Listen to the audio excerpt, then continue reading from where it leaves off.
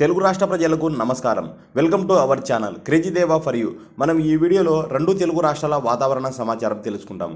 ఈ వీడియోలో మనకు ఎక్కడెక్కడ వర్షాలు పడతాయి అనే సమాచారము, అదేవిధంగా మనకు ఆగస్టు నెలలో కూడా అల్పపీడనాలు ఏర్పడుతున్నాయి. అవి ఎక్కడ ఏర్పడుతుంది, దాని ట్రాక్ అనేది ఎక్కడ అనేది సమాచారం కూడా ఈ వీడియోలో తెలుసుకుంటాము.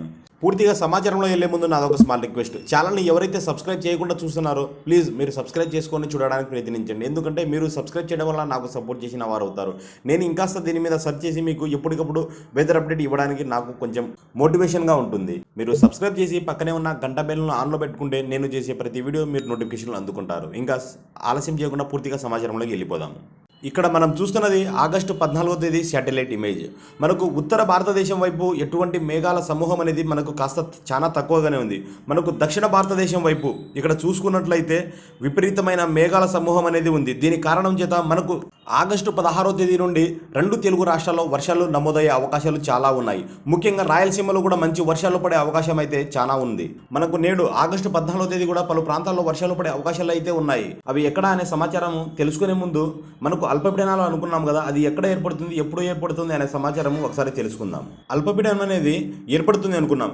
ఇది వచ్చేసి మనకు ఆగస్టు 20వ తేదీ అరేబియా మహాసముద్రంలో ఏర్పడుతుంది. ఈ అల్పపీడనం అనేది మెల్లగా ప్రయాణించుకుంటూ మొదటగా భారతదేశానికి కర్ణాటక సరిహద్దు ప్రాంతంలో మొదటగా 24వ తేదీ టచ్ అవుతుంది. ఈ అల్పపీడనం కారణం చేత మనకు ఎంతవరకు వర్షాలు పడే అవకాశాలు ఉన్నాయి, ఏ ఏ ప్రాంతాలకు మంచి వర్షాలు పడే అవకాశాలు ఉన్నాయి అనే సమాచారము మరొక అప్డేట్లో తెలుసుకుందాము. మనకు అదేవిధంగా ఆగస్టు 28వ తేదీ బంగాళాఖాతంలో ఒక అల్పపీడనం ఏర్పడబోతుంది. దాని రూట్ ఎటువైపు వెళ్తుంది అనే సమాచారం ఇంకా క్లారిటీ అయితే లేదు. మీకు దాని గురించి కూడా ఫర్దర్గా మరొక వీడియోలో తెలియజేస్తాను. మనకు ఆగస్టు నెలలో రెండు అల్పపీడనాలు ఏర్పడే అవకాశాలు అయితే ఉంది. ఒకటి 20వ తేదీ, ఆగస్టు 20వ తేదీ, ఇంకొకటి వచ్చేసి ఆగస్టు 28వ తేదీ. నేడు మనకు వర్షాలు ఎక్కడెక్కడ ఉంటాయని గమనించుకున్నట్లయితే చాలా కొన్ని ప్రాంతాల్లో మాత్రమే మనకు ఈరోజు వర్షాలు పడే అవకాశాలు ఉంది. ముఖ్యంగా రాయలసీమ ఈ బెల్ట్లో కర్నూలు కొన్ని ప్రాంతాల్లో మాత్రమే, ఎక్కువ ప్రాంతాల్లో చెప్పలేము కానీ కర్నూలులో 1 లేదా 2 ప్రాంతాల్లో, అనంతపురము, అన్నమయ్య, కడప, అదేవిధంగా అన్నమయ్య జిల్లాలోని కొన్ని ప్రాంతాలు, తిరుపతి పరిసర ప్రాంతాల్లో కూడా మనకు వర్షాలు పడే అవకాశం ఉంది.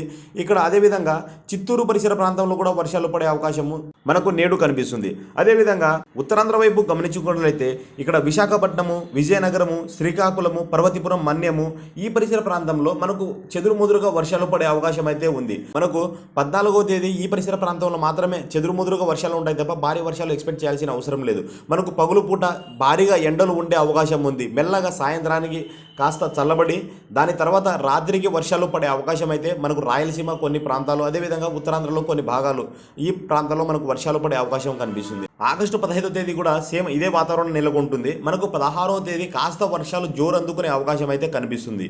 రాయలసీమ మరియు దక్షిణ తెలంగాణలో మనకు ఆగస్టు 16వ తేదీ నుండి వర్షాలు కాస్త ఎక్కువగా ఉండే అవకాశాలు అయితే మనకు ఇప్పుడున్న వెదర్ మోడల్ ప్రకారం కనిపిస్తుంది.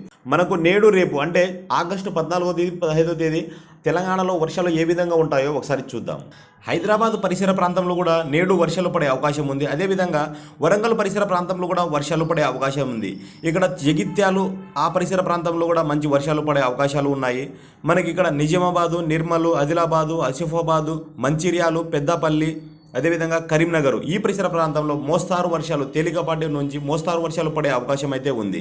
మిగతా ప్రాంతంలో ఇక్కడ మహబూబ్ నగర్ కావచ్చు, రంగారెడ్డి, ఇక్కడ అదేవిధంగా యాదాద్రి, భువనగిరి, నల్గొండ, సూర్యాపేట, ఖమ్మము, కొత్తగూడెము, మహబూబ్ నగర్, ములుగు, మంచిర్యాలు, పెద్దపల్లి, జగిత్యాలు, వనపర్తి, నగర్ కర్నూలు, నారాయణపేట, అదేవిధంగా వికారాబాద్ ఈ పరిసర ప్రాంతంలో మనకు రాత్రి ఆకాశం మేఘావృతమై ఉంటుంది కానీ వర్షాలు పడే అవకాశం అయితే చాలా తక్కువ ఉంది. 90% వర్షాలు పడే అవకాశం అయితే కనిపించడం లేదు. ఒకవేళ వర్షాలు పడినా కూడా 1 నుంచి 2 నిమిషాలు అలా పడి వెళ్ళిపోవచ్చు. కానీ మనకు నేడైతే వర్షాలు పడే అవకాశం తెలంగాణలో పైన చెప్పుకున్న ప్రాంతంలోనే వర్షాలు పడే అవకాశాలు ఉన్నాయి.